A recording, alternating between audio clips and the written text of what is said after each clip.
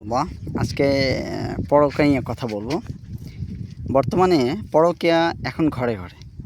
এই পরকীয়ার কারণে কত সুন্দর সাজানো গোছানো পরিবার ভেঙে যাচ্ছে। কত সন্তানের শৈশব নষ্ট হয়ে গেল। স্বামীর পরকীয়ার কারণে কত অসহায় মেয়ের জীবন তছনছ হয়ে গেল। স্ত্রীর পরকীয়ার কারণে কত পুরুষের সুন্দর জীবনে অশান্তি নেমে এসছে। হিসাব নেই এসবের। কতটা নৈতিক অবক্ষয় হলে একটা মানুষ পরকীয়ায় জড়াতে পারে, চিন্তা করুন তো।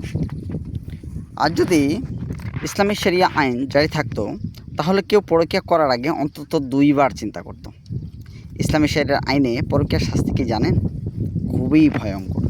পরকীয়ায় লিপ্ত নারী ও পুরুষ উভয়কেই রজম তথা পাথর মেরে হত্যা করা হতো এবং ক্ষমা চাইলেও এই অপরাধের কোনো মাফ নেই।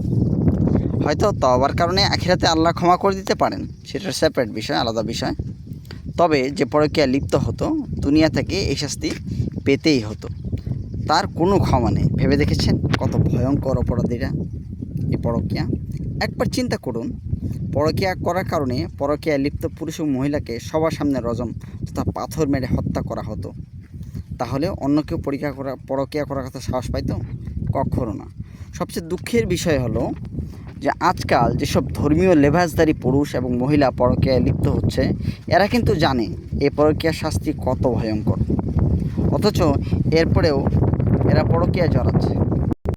কত লজ্জাজনক! ধিক্কার এসব লেবাসধারীদের প্রতি, ধিক্কার! কতটা নির্লজ্জ হলে এরা আবার মানুষকে ধর্মীয় বয়ান দেয়। যেসব মহিলা অন্যের স্বামীর সাথে পরকীয়ায় জড়ায়, এরা কিভাবে এটা করতে পারে?